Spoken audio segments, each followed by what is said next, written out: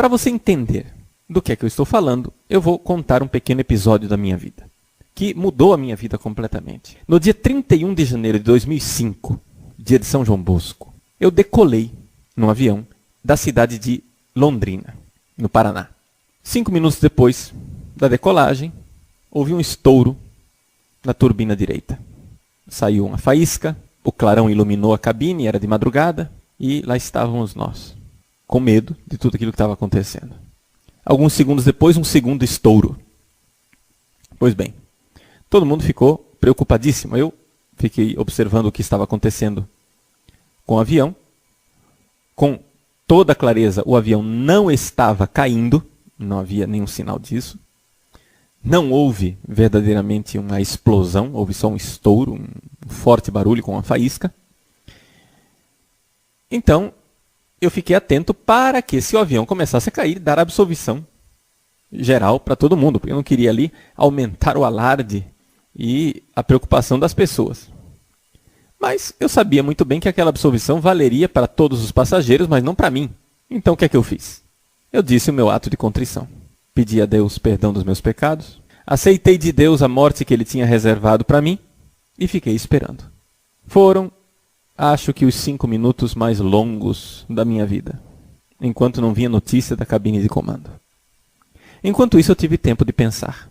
E pensei o seguinte: agora eu vou morrer. Eu vou me apresentar diante de Deus, com 13 anos de sacerdócio, que era o que eu tinha na época, agora eu tenho 18 anos de sacerdócio. E nosso Senhor vai perguntar: Padre Paulo, eu te dei o dom da oratória, o dom da pregação, e o que é que você fez com ele?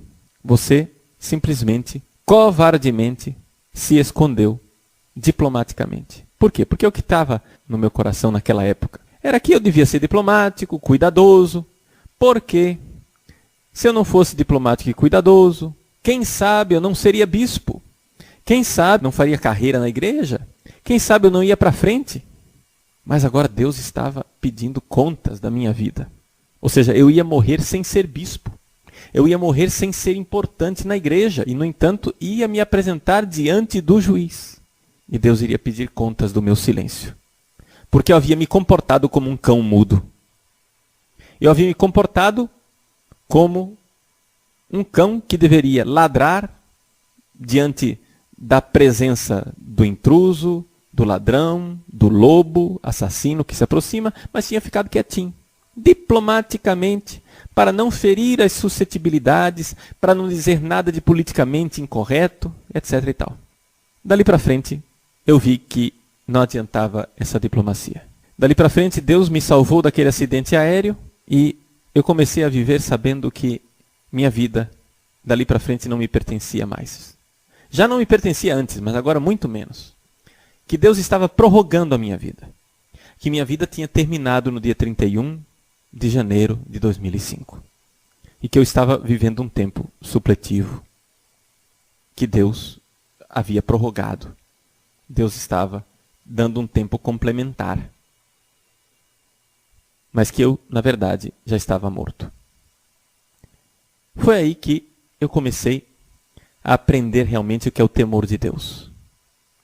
O temor de Deus é o princípio do saber, diz a Sagrada Escritura. Significa que nós precisamos querer agradar a Deus e não agradar aos homens. Até então, eu estava me comportando com um temor dos homens, um temor mundano. Esse temor mundano, a igreja costuma chamar com o nome de respeito humano. Respeito humano é isso. É quando você tem medo de desagradar as pessoas que estão ao seu redor e, ao invés de agradar a Deus, você quer agradar os homens. Se você é colocado diante de uma escolha entre agradar a Deus e agradar os homens, você prefere agradar os homens, e isso é um pecado. O nome desse pecado é respeito humano. Então aprenda essa linguagem. Respeito humano é o pecado de agradar os seres humanos. Temor de Deus é uma virtude. Mas, padre, nós temos que temer a Deus? Sim. Nós temos que ter medo de perder Deus. Nós temos que ter medo de perder esse bem maior que é nosso Senhor. Nós temos que ter medo de ofendê-lo. Nós temos que ter medo de ofender o seu coração. Como Francisco Marto, o pequeno pastorzinho lá de Fátima, ele fazia penitências porque Nossa Senhora tinha dito para ele que os pecados ofendiam o coração de Jesus, e ele fazia as penitências para consolar o coração de Jesus. Nós precisamos ter essa sensibilidade de querer agradar a Deus, de consolar o coração de Jesus, de querer verdadeiramente os céus e temer perder a Deus eternamente. Pois bem, é este temor de Deus que está faltando para a liderança católica no Brasil. Eu fico abismado de ver tantos bispos e padres, homens que foram colocados por Deus para orientar as ovelhas, bispos e padres com medo de dizer a verdade porque irão desagradar os homens. Ora, ao fazer isto, o que é que está acontecendo com a liderança católica? O que está acontecendo é que entramos numa dinâmica revolucionária. Como é a ética revolucionária? Como é a ética desse pessoal ateu revolucionário? A ética deles é a seguinte: eles não têm temor de Deus, porque para eles Deus não existe. A única coisa que eles temem é sair feio na foto. Eles temem que as pessoas pensem mal deles. O princípio da ética desses revolucionários ateus é a estética. Ou seja, eles não precisam fazer o bem ou fazer o mal. O que eles precisam é sair bem nas aparências. Eles precisam que as pessoas realmente considerem, amem e louvem tudo aquilo que eles fazem, porque eles são sempre corretos, eles estão sempre justos. Nunca fazem nada de errado. Essa é a ética dos ateus. Por quê? Porque eles sabem que não serão julgados por Deus. Para eles, eles serão julgados pela história. Eles não têm medo do inferno, porque para eles o inferno não existe. Eles têm medo da lata de lixo da história. Eles não querem entrar para a história com a má fama. Agora, o caso é o seguinte, meus irmãos, que nós cristãos cremos que esse mundo não termina aqui. E que não adianta a gente entrar para os livros de história como pequenos heróis e sermos verdadeiros facínoras. Sermos assassinos. Não adianta entrar para a história como heróis através de uma maquiagem, de um show pirotécnico, de elogios e de bombardeio midiático positivo. Não adianta nada disso. Deus não se deixa comover por esse tipo de estratagema. Nós teremos que responder a Deus. Então, o que é que eu quero dizer com toda sinceridade para esses meus irmãos padres e para estes pastores a quem eu respeito, que são os nossos bispos? Eu quero dizer com toda sinceridade, gente, vamos temer a Deus. Seu bispo, por favor, o senhor tema a Deus, porque Deus existe, o senhor vai se apresentar diante do juízo final, diante dele. O senhor não pense que bispo não vai para o inferno, não, porque bispo vai para o inferno. O senhor não pense que padre não vai para o inferno, porque padre também vai para o inferno. Aliás, Nossa Senhora, na sua aparição em La Salette, disse claramente o quanto os padres estavam numa situação terrível. Nossa Senhora em La Salette chamou os padres de fossa, de cloacas. A situação em que estavam as almas dos padres. Nossa Senhora, em Fátima, falou que os padres estavam caindo no inferno como flocos de neve, abundantes. Nossa Senhora revelou que o plano do diabo é decorar as paredes do inferno com roupa de padre. Então, vamos temer o juízo, vamos temer a Deus, vamos temer perder a Deus. Você vai dizer, mas isso é terrorismo espiritual? Imagina, Deus é misericórdia, Deus é bondade e compaixão. Mas eu fico perguntando, mas que raios de Deus misericordioso e compassivo é esse? Que uma vez que eu coloco essa convicção no meu coração, eu me torno uma pessoa pior. Porque é isso. Padres e bispos colocam no coração que Deus é misericórdia e bondade. E por isso mesmo, podem fazer todo tipo de safadeza e desonestidade, porque Deus não vai condená-los. Olha só que evangelho lindo. Olha que beleza.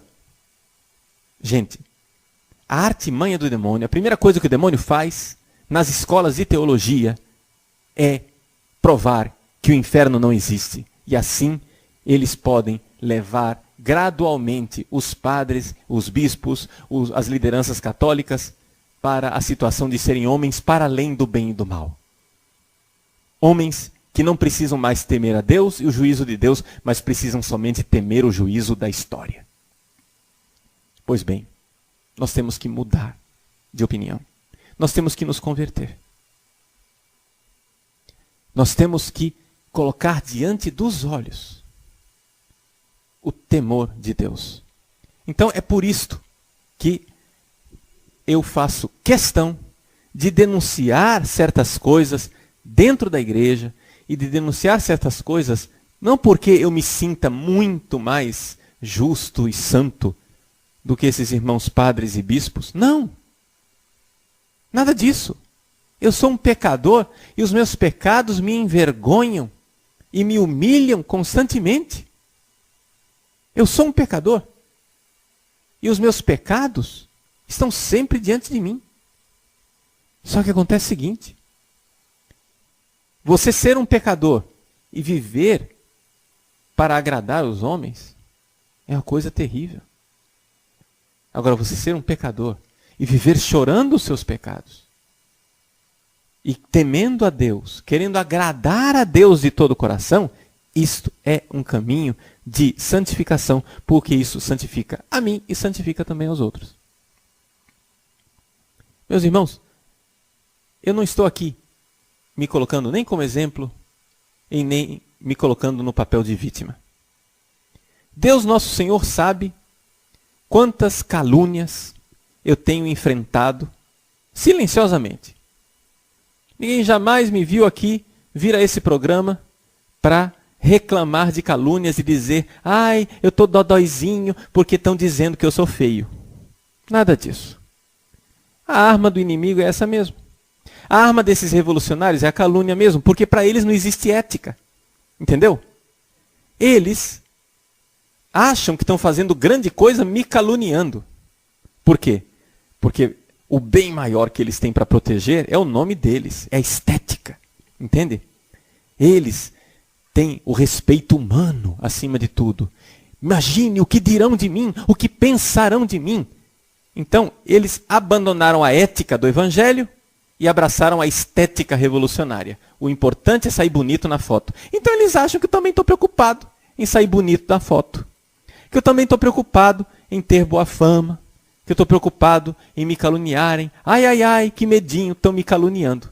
Mas, meu irmãozinho, deixa eu lhe dizer uma coisa. Você está baleando um cadáver. Você está metralhando um homem morto. Por quê? Porque eu não me importo com isso. Eu não me importo em agradar aos homens, porque eu já morri. A minha batina não é um disfarce. A minha batina não é uma fantasia. A minha batina é a mortalha de um homem que morreu. Aí algumas pessoas escrevem e-mails para mim, dizendo assim: ah, Padre Paulo, mas se o senhor é tão corajoso assim, por que é que o senhor não denuncia tal erro, tal erro, tal erro, tal pessoa, tal padre, tal fulano, tal ciclano? Por que é que o senhor não diz alguma coisa a respeito dos desmandos litúrgicos que acontecem por aí? Por que é que o senhor não denuncia todos os erros? Meu irmão, para com esse negócio.